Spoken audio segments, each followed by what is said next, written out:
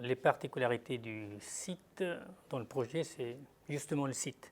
C'est-à-dire qu'avec une géographie assez exceptionnelle, avec un site en promontoire sur la rade de Brest, qui dégage des vues très lointaines, et aussi une géographie très accidentée à l'intérieur du site lui-même, avec un dénivelé de presque 18 mètres qu'il fallait, bien entendu, apprivoiser.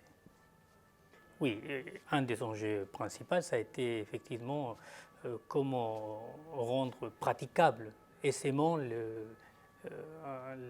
tous ces sites avec un dénivelé si important et avec un bâtiment qui s'est trouvé en contrebas, c'est le bâtiment des ateliers, qui est quand même un bâtiment emblématique de tous les Brestois. Tous les Brestois ont en mémoire ces bâtiments parce qu'il y a toujours un parent, un arrière-parent qui a travaillé dans ces bâtiments-là. Donc ça a été, on va dire, le principal défi sur ces titres-là. Les étapes ont été un peu longues, dans le sens où nous avons travaillé depuis le début, et jusqu'à pas si longtemps que ça, sur une programmation très générale, sans savoir ce qu'il allait y avoir dedans. Donc nous avons dû faire des dizaines de préfigurations pour voir quel programme pouvait être accueilli à l'intérieur de cet immense bâtiment. Ça a duré pendant des années. Donc on a tout essayé jusqu'à arriver à ces bâtiments actuels qui est quand même assez fantastique. Bon, en fait, finalement, la programmation ne s'est jamais arrêtée. La programmation continue. Finalement, la fin a été de dire on va faire un bâtiment vide où on va préparer, énerver tous les réseaux pour que tout programme puisse s'insérer facilement en fonction des évolutions, on va dire, y compris dans le temps. Donc effectivement, pour l'instant, le seul bâtiment qui est arrivé, c'est la médiathèque. Et le téléphérique, qui est un objet magique qui est arrivé à l'intérieur, c'est super. Et actuellement, il y a d'autres programmes en développement.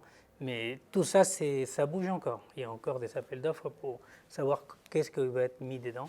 Donc tout ça, finalement, c'est resté un programme ouvert. Et donc on a travaillé sur la coque, sur l'enveloppe. Le bilan, c'est avoir réussi à conserver l'esprit industriel du site. Ça, je pense que ça a été la réussite. Finalement, ces bâtiments, on n'a pas trahi la mémoire du lieu et qui permet des adaptations multiples et variées. Ça, c'est, je pense, le plus beau défi pour le moment, puisque le quartier est encore en train de se construire, mais d'une façon plus traditionnelle, parce que c'est du logement et des bureaux.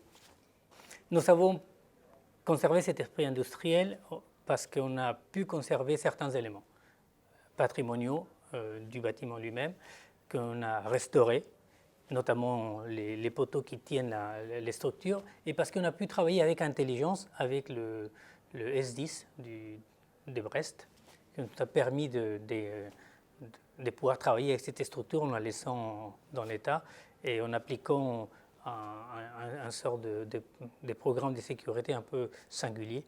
C'est ça qui a permis finalement de pouvoir le préserver.